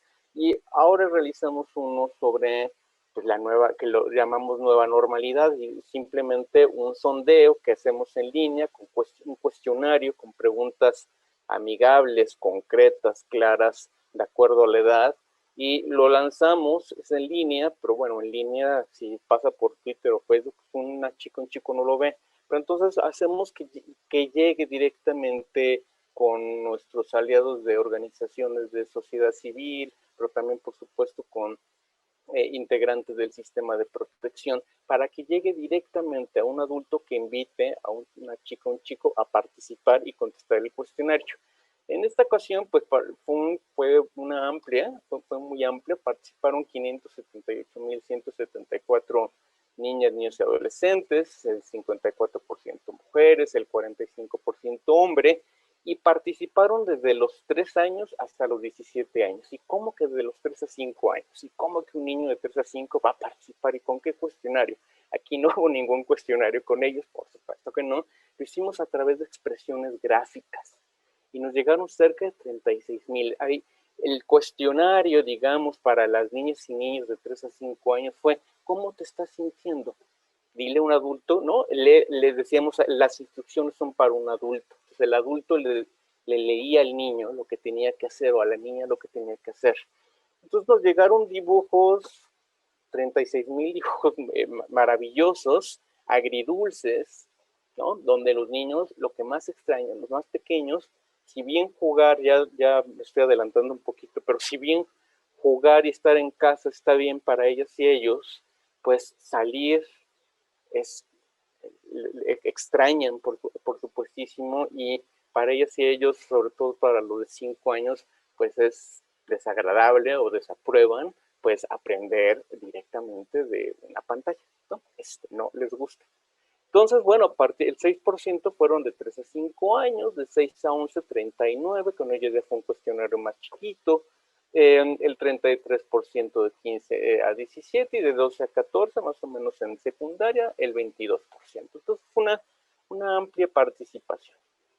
Y lo vamos a abordar en distintos tópicos muy rápidamente. En cuidado y relaciones sociales, ¿qué nos están diciendo ellos? Nos dimos cuenta, nos están contando que 8 de cada 10 sienten, estamos hablando de más o menos de 8 para arriba, que los cuida y conviven más con su mamá que con su papá. Pues apenas 5 de cada 10 lo menciona. Es decir, hay una distancia enorme, enorme que ellos nos están contando, nos están reportando entre la presencia de su papá en sus vidas, ¿no? Y como ya decía la doctora Echeverría, si de por sí había alguna distancia o alguna situación, pues se incrementó, sin duda alguna se incrementó. Entonces, bueno, en las mamás, de acuerdo a las chicas y chicos, recae prácticamente todo el cuidado y atención, pero además el involucramiento con ellas y ellos. Es decir, jugar, dialogar, hacer la tarea, ¿no? Pero también las actividades del hogar. Entonces, y la presencia del papá, estando o no estando, es amplia, es amplia, es amplia, es amplia. Sobre salud física, nos llamó mucho la atención que el 3% de los adolescentes en este periodo que les estoy contando no reportó seguir las medidas de saneamiento y sana distancia, de las cuales pues, todas y todos conocemos. En salud mental les preguntamos pues, cómo te estás sintiendo, qué te da felicidad, qué no te gusta. Los chicas y chicos de 3 a 5, ahí está un dibujo de qué me hace feliz, qué me pone triste. Ahí lo pueden ver, pues jugar les gusta, pero no pueden ver a sus amigos, ¿no? Es un dibujo de un chico de 5 años, ¿no? Entonces, el 56% le da felicidad y el juego y estar en constantes actividades recreativas, pero el 33% nos dice que se siente triste y le da tristeza a la educación. ¿Cómo hicimos este tema de los dibujos? Pues hicimos códigos, hicimos un libro de códigos, categorías, para poder identificar con distintos elementos qué nos están diciendo los niños. No es una interpretación de los dibujos.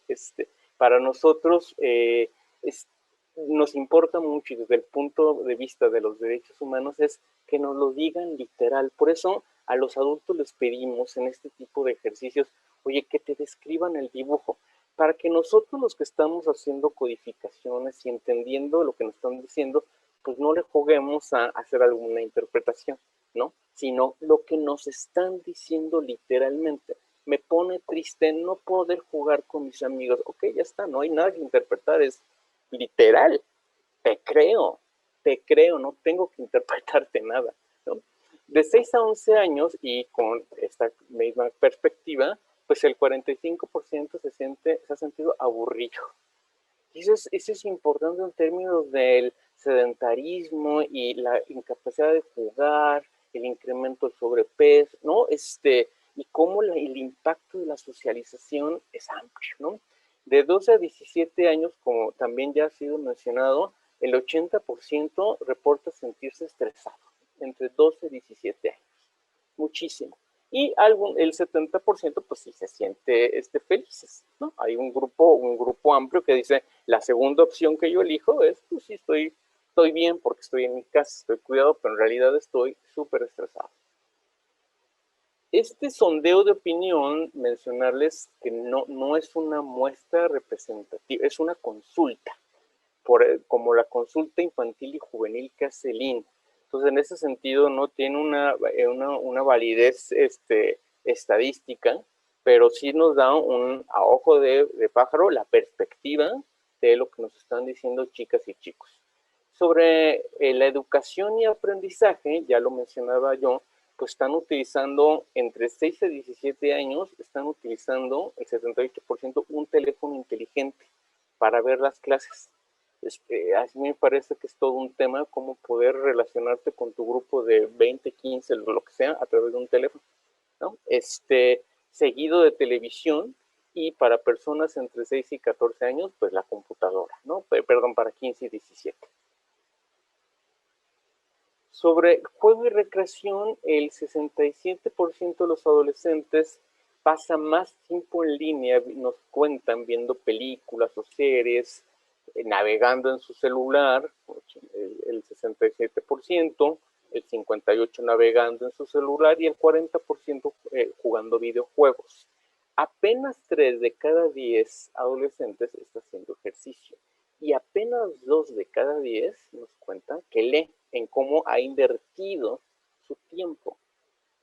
Entonces, tomo las clases en línea, estoy jugando, estoy en el celular navegando, solo, y hay un rezago muy claro en cuanto al juego, la recreación y otro tipo de actividades, y como ya he mencionado, en términos de socializar con otras y otros. Bueno, y les preguntamos sobre temas de violencia, se lo preguntamos nada más a las y los adolescentes. Entonces, el 8, pues les preguntamos qué tan frecuente en casa es pelear, y el 8%, es decir, 50,700 chicos nos dice pues que eso ocurre diario y varias veces, ¿no?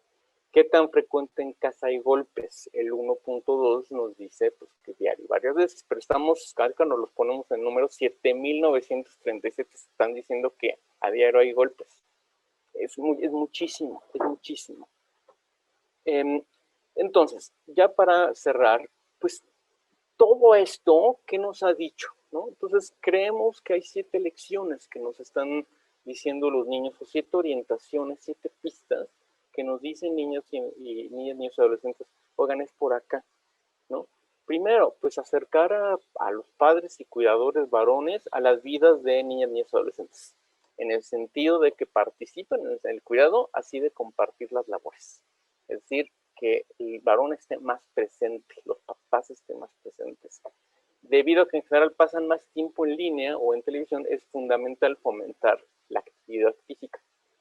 Sí, me parece prioritario que en la medida en cómo avancen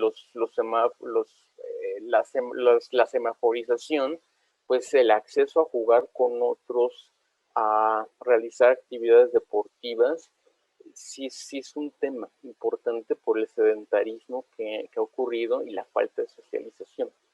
Y retomar campañas con adolescentes para implementar medidas sanitarias y sana distancia. O sea, la pandemia sigue.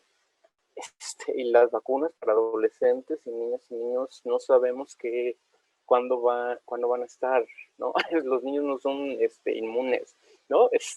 Entonces se tiene justamente que seguir haciendo prevención en todo este tema, ¿no? La prevención de violencia en los hogares, pues ya es como muy claro, por lo tanto es importantísimo detonar acciones que fomenten la escucha, el buen trato y el diálogo intergeneracional, ¿no? El diálogo entre personas de distintas edades. se tiene que brindar actividades de atención psicológica, intervenciones de atención psicológica a niñas, niños y a sus familias. Es súper, súper importante.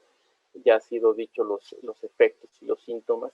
Los mecanismos, crear mecanismos de denuncia amigables, alternativos al 911, ya lo he mencionado, y ser partícipes desde el desconfinamiento en la casa, pero también en el regreso a la escuela, a los espacios públicos como parques o plazas. Hay ejemplos lindos donde en los parques se están reuniendo, ¿no? en algunos lugares, y que las niñas y los niños digan, pues cómo me gustaría volver a jugar o cómo podemos jugar juntos nuevamente. Y a veces son las niñas y los niños, los jóvenes, los que nos dicen mejor cómo podríamos hacer las cosas. Entonces aquí tan solo hay unas pistas para ello.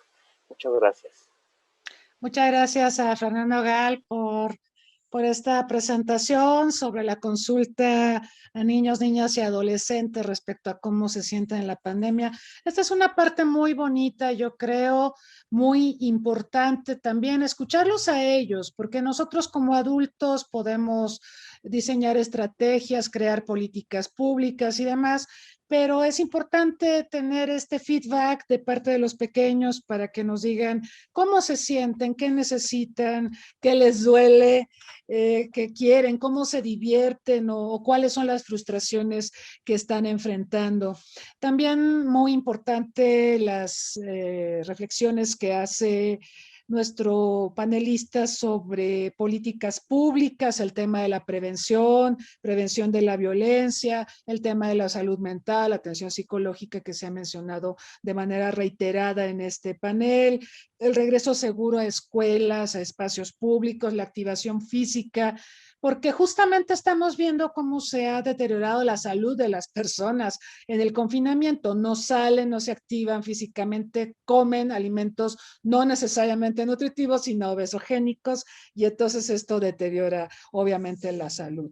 Así que, bueno, pues muy, muy interesante este ejercicio que hace Fernando Gal, muchas gracias. Y bueno, vamos a pasar a recoger las preguntas, comentarios de nuestro público. Los invitamos a quienes estén interesados también en hacer comentarios. Si no lo hayan hecho, pueden utilizar el chat de Zoom para ello o también a través de Facebook Live. Antes de leer las preguntas, que son un montón, les voy a plantear la encuesta del día de hoy. Es una encuesta que no tiene una respuesta correcta, es simplemente una encuesta, un sondeo. Sí, la pregunta del día de hoy es, ¿qué impactos considera usted que ha tenido la pandemia del COVID-19 en la infancia?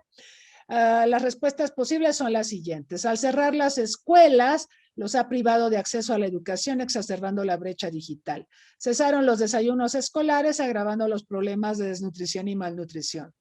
Los alejó de la socialización, exponiéndolos al estrés familiar, los expuso a la violencia creciente en el hogar, los llevó a emplearse para apoyar el ingreso familiar, modificó las rutinas en el hogar, reduciendo los tiempos para el esparcimiento, los expuso a contagios de familiares o contribuyó a contagiarlos, deterioró los hábitos de salud de niños y adolescentes al evitar la activación física y el ejercicio debido al confinamiento, elevó la pobreza infantil, coadyuvó al aumento del matrimonio infantil. Los invitamos a votar, a revisar esta encuesta y vamos a ir leyendo las preguntas que nos llegaron. Tenemos varias. Bueno, aquí tenemos una que dice, dentro de la esperada transición a la nueva normalidad, ¿creen ustedes que se vea incrementado en la atención a la salud mental o por el contrario, aumento en la reticencia por atenderse en ese aspecto? Otra pregunta. Después de la pandemia, nada será como antes. Tenemos que aprender nuevas dinámicas en todos los ámbitos de nuestra vida. Considero que para las nuevas generaciones ya no será tan difícil. Ellos habrán evolucionado. Los que nos tocó de lleno la pandemia debemos sentar las bases para lograr esta transición. También tengo otras que me llegaron directamente de Facebook. Preguntan a la doctora Graciela si habrá encuesta COVID-2 en 2021. Preguntan también cómo impacta en niños y adolescentes los semáforos amarillo, naranja, rojo, y de todos los colores, y la suspensión de la reanudación de clases, la suspensión de reanudación de clases, como pasó en Campeche, ¿no? Como pasó aquí en la Ciudad de México, que también tuvimos que suspender porque cambió el semáforo. Otra pregunta es, ¿existen estudios sobre niños, niñas y adolescentes que enfermaron de COVID-19? ¿Qué estrategias se deberían poner en marcha para prevenir contagios? ¿Qué pasa con la vacunación anti-COVID para niñas, niños y adolescentes? Otra pregunta, ¿existe evidencia de que Susana Distancia, la superheroína impulsada por la Secretaría de Salud, ayudó a niñas, niños y adolescentes a tener una mejor comprensión de la pandemia? Otra pregunta, esta es para Fernando Gal.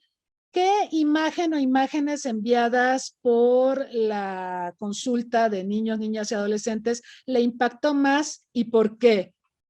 Otra pregunta es, UNESCO y Banco Mundial afirman que el mundo se encamina a una generación perdida en materia educativa, en especial educación básica y media. ¿Eso está ocurriendo en México?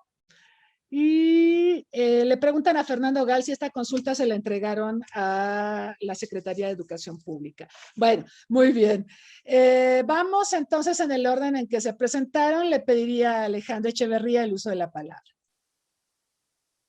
Claro que sí, me llama mucho la atención que dicen que sí, en realidad, como la búsqueda del apoyo psicológico, en ese sentido, yo tengo que decir que en los últimos meses, si bien en el último año, mucha gente ha acudido a terapia psicológica. Creo que tenemos una gran oportunidad para trabajar con la salud mental, a lo mejor ya con situaciones atrasadas, y cada día se abren más espacios también de consulta psicológica gratuita, lo cual me parece muy importante. O sea, desde prácticas de mindfulness, apoyo a niños, adolescentes y adultos. Entonces creo que es una parte muy importante. El regreso a la normalidad, sí creo que tenemos que desarrollar nuevas estrategias, ¿no? Quizá hay otras que van a mantenerse vigentes independientemente del regreso, que tienen que ver con esta parte digital, ¿no?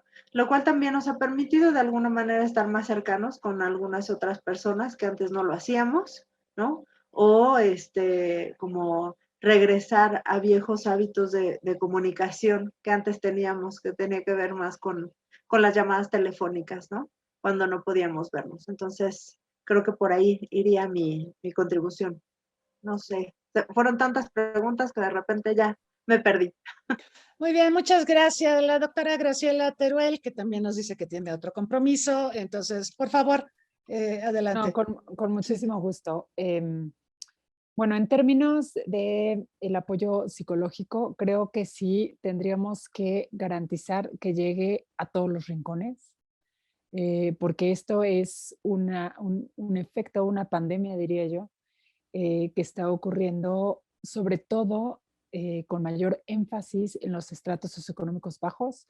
Entonces, sí tendríamos que asegurar que esté llegando a todos los rincones. Creo que sería muy importante seguir monitoreando este tipo de indicadores a nivel poblacional, porque una cosa es lo que se tiene a lo mejor de estadísticas en una región o a lo mejor en algún estado, pero es bien importante seguir dándole seguimiento a lo largo de toda la República Mexicana. Yo creo que sí, uno de los impactos sin duda más importantes sobre los niños va a ser en el tema educativo.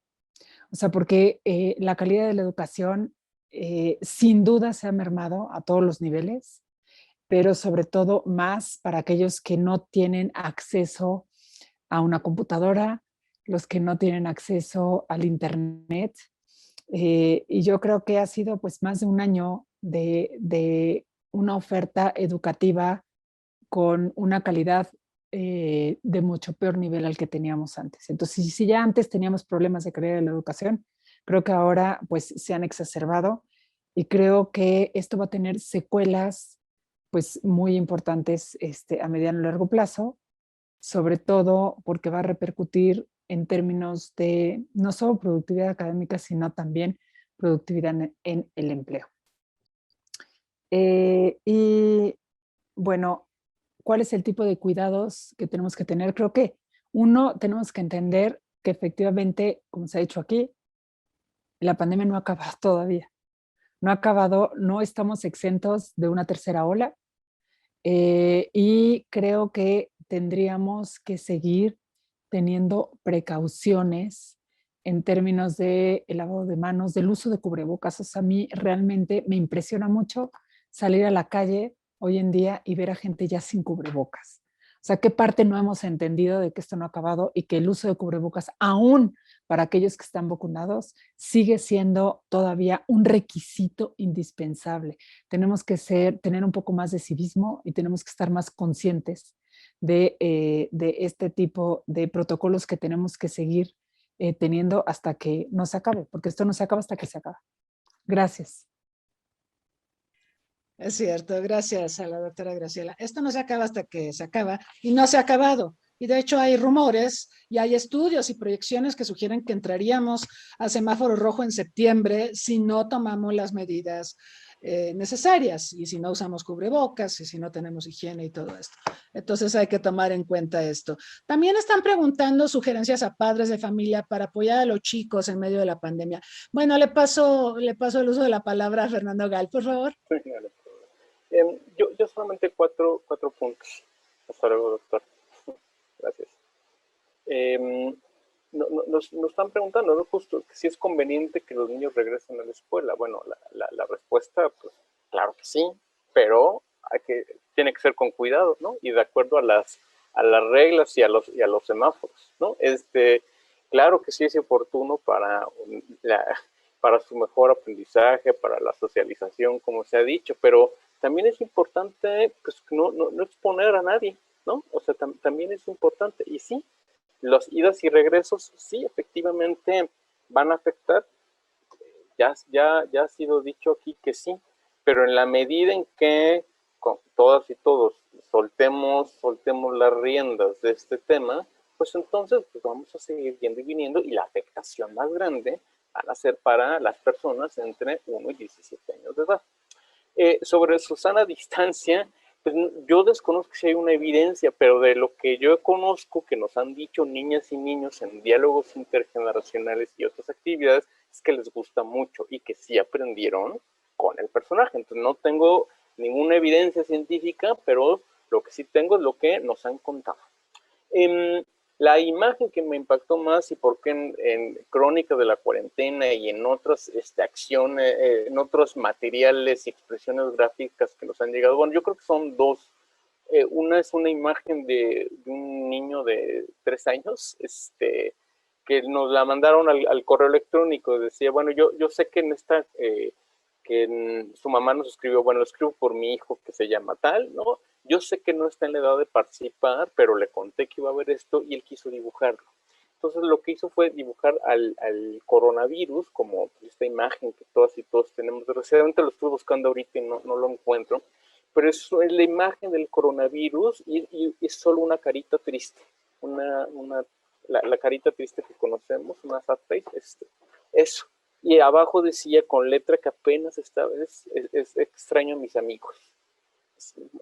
Pero digamos que fue el segundo o tercero que nos llegó después de que lanzamos la convocatoria. Entonces yo creo que me marcó muchísimo, porque dije, bueno, funciona, funciona la estrategia, ¿no? Funciona la convocatoria, sí, pero además funciona sin duda alguna como un medio de expresión, y a nosotros como un medio de escucha de lo que está pasando, ¿no? Y el interés de los chicos de participar, ¿no? Y estar, ¿no? Y por otro lado, no habíamos solicitado podcast, pero nos llegaron podcasts. Y había muchos de varios adolescentes que la verdad me encantaron, y ya haremos alguna cosa con podcast nosotros en Cipina, pero la verdad es que como medio ha sido fantástico, pero además cómo los jóvenes pueden expresarse y utilizar el medio ha sido increíble. En concreto hubo uno que fue narrado a manera de reportaje, como si fuera un cataclismo, como de estas películas de zombies o donde él se pone como reportero y está contando lo que está sucediendo, pero es una algidez, ¿no? Y cómo lo está contando, pues que te dice, bueno, qué creativo el chico, pero además le está pasando mal. realmente le está pasando mal, ¿no? Y a él y su familia le está pasando mal, pero lo logra expresar a través de un podcast, ¿no? Bien interesante. Y sobre si las consultas han sido contribuidas han sido enviadas a la Secretaría de Educación, sí, claro, y la misma Secretaría ha realizado distintos ejercicios de consulta con su alumnado, por supuestísimo. Listo, muchas gracias. Muchas gracias a Fernando. Bueno, vamos a presentarles el resultado de las votaciones de la encuesta y también le voy a ir pidiendo a nuestros invitados que piensen en su reflexión final. Mientras les comparto los resultados de esta encuesta, respecto a la pregunta de qué impactos considera usted que ha tenido la pandemia del COVID-19 en la infancia, están en 33% las respuestas más votadas. Una de ellas es que al cerrar las escuelas los ha privado de acceso a los chicos a la educación, exacerbando la brecha digital. Otra es que los alejó de la socialización, exponiéndolos al estrés familiar, y otra más es que los expuso a la violencia creciente en el hogar. Entonces, bueno, estos son los resultados. Muchas gracias por su participación. Y ahora sí le voy a pedir a Alejandra Echeverría una reflexión final. Claro que sí, con mucho gusto. Ahorita que lo decías, pensaba yo en la responsabilidad que tenemos nosotros como adultos de voltear a ver lo que está sucediendo con los chicos y tratar desde nuestro propio comportamiento, ¿no? Enseñarles una mejor manera de estar en esta situación que estamos viviendo, ¿no? Y cuando me refiero a una mejor manera de estar, pienso en una manera amorosa también de vernos hacia nosotros mismos y de diseñar estrategias para voltear a vernos, ¿no? O sea, para hacerle caso también a nuestras emociones, a eso que está saltando todos los días en casa, y trabajarlo desde actividades físicas, haciendo un poco de mindfulness, meditación, ¿no? O sea, tratando de regresar a nosotros para que en el momento en que nosotros regresemos o vayamos regresando poco a poco, lo hagamos de una mejor forma y contribuyamos en realidad a tener un mundo mejor. Muchas gracias. Muy bien. Fernando, por favor, sí. Sí, muchas gracias. Sí, a ver, muy rápidamente. Roger Hart es un teórico de la participación y él nos habla de una escalera de la participación. Durante los 3 primeros escalones nos dice, a ver, aquí los adultos no escuchamos a los niños y los usamos de florero y de simulación. Pero el 4º y 5º escalones nos dice, a ver, vamos a informarles de lo que estamos haciendo. Y el 5º nos dice, vamos a consultarlos, vamos a preguntarlos. Ya los demás escalones nos habla de cómo se organizan los niños y los jóvenes. Lo que quiero decirles es, no hagamos como los 3 escalones en casa, en la escuela y en todos los ámbitos de los niños. No hagamos como que no están las niñas, niños, adolescentes, ¿no? No hagamos como que no están, que son un objeto de adorno en la casa y que no sienten, que no piensan, que no tienen ideas. Sino creo que se pueden hacer 2 cosas, como nos dice esta escalera. Uno, infórmales de ciertas decisiones que a lo mejor estás tomando, ¿no? Involúcralo, pero ¿no? En la medida de lo posible. Y segundo, pregúntale cómo está, cómo te sientes, qué idea tienes, cómo podemos solucionar. Yo creo que con eso, con preguntar tan solo e informarles, yo creo que es un avance chiquitito, pero que para los chicos puede ser altamente significativo y que puede ayudar a crear vínculos mejores con sus profesores, con sus mamás, con sus papás, con sus cuidadores, etcétera, etcétera. Muchísimas gracias. Muchas gracias, Fernando. Estaba recordando que, bueno, con el confinamiento hay mucha gente de mi círculo que dejé de ver.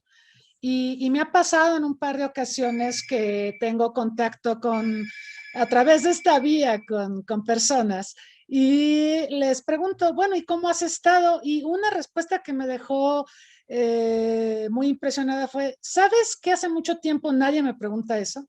Y claro, Claro, el confinamiento a veces nos lleva a ensimismarnos en nuestros problemas, en lo que traemos de antes de la pandemia y que se agudizó con la pandemia. Pero sí es muy importante hablar, es muy importante externar cómo nos sentimos y recuperar este espíritu gregario que nos caracteriza como sociedad y que se ha perdido desafortunadamente en la pandemia. Otra cosa que quisiera comentar es que se dice mucho, se dice en todas partes, que los niños, las niñas son el futuro. Yo creo que son el presente, ¿no? Yo creo que tenemos que partir de que los problemas están aquí, las soluciones están aquí y tenemos que atenderlos, porque esto de los niños son el futuro es como un discurso, ¿no? Como decir lo que acaba de comentar Fernando, hacer como que no están, ¿no? Van a estar en el futuro, pero ahorita no están. Entonces yo creo que tenemos que cambiar nuestras percepciones y también la atención que estamos Perdón dando que te interrumpa, es a estos invertir en temas. un buen presente para un mejor futuro también. Exactamente, exactamente. Exactamente, la formación de cuadros que nos van a ayudar a la gestión de los problemas del futuro, ¿no? Y de las soluciones, claro. Entonces, pues atención con eso, ¿no? Yo quiero agradecerle a la doctora Graciela, a la doctora Alejandra y a Fernando sus espléndidas participaciones. Creo que tocamos una gama muy amplia de la problemática del COVID y la infancia y la adolescencia desde diversos ámbitos. Tuvimos datos duros, tuvimos consultas, tuvimos también el expertise sobre toda la situación de la experiencia de Alejandra, que es extremadamente útil, ¿sí? Porque humaniza también los debates. Y pues yo les agradezco, ha sido muy rico escucharlos y como decía en el inicio de este panel, este es un tema entrañable, es un tema que a todas las sociedades nos importa o nos debería importar y deberíamos de buscar maneras precisamente para dar una completa, cabal solución a los desafíos que estamos enfrentando. Los problemas de los niños, las niñas y adolescentes son problemas de la sociedad, entonces como sociedad tenemos que articular respuestas. Agradezco también a quienes nos han acompañado aquí en Zoom y en Facebook Live. Los invitamos el martes, vamos a entrevistar a la prestigiada pianista uruguaya Polly Ferman y creo que también nos va a interpretar algunas piezas, entonces creo que será algo muy, muy gratificante. Y el jueves de la próxima semana a las 11, aquí en nuestros webinars sobre COVID-19 y gestión de crisis en un mundo complejo, vamos a hablar de impactos del COVID en la salud animal, hablaremos de zoonosis, hablaremos de todas estas matanzas de animales que se hacen en el nombre de la seguridad de las sociedades, como lo de los bisones en Dinamarca, seguramente vieron que mataron a 70 millones de bisones en Dinamarca, que porque supuestamente el COVID podía brincar del bisón al ser humano y por eso prefirieron exterminarlos. Antes en Egipto, cuando tuvimos H1N1, hubo matanzas de cerdos porque se hablaba de la gripe porcina y su posible arribo al ser humano. Y bueno, hay un maltrato animal enorme en el nombre de la seguridad sanitaria, pero vamos a ver qué tan genuinas son estas preocupaciones o no. Tendremos a varios expertos, entre ellos Fernando Gual, conocido de todos, el director de zoológicos de la Ciudad de México, y también tenemos expertos de España y de la Facultad de Veterinaria de la UNAM. Los invitamos a acompañarnos y sin más les deseamos un buen día y hasta la próxima.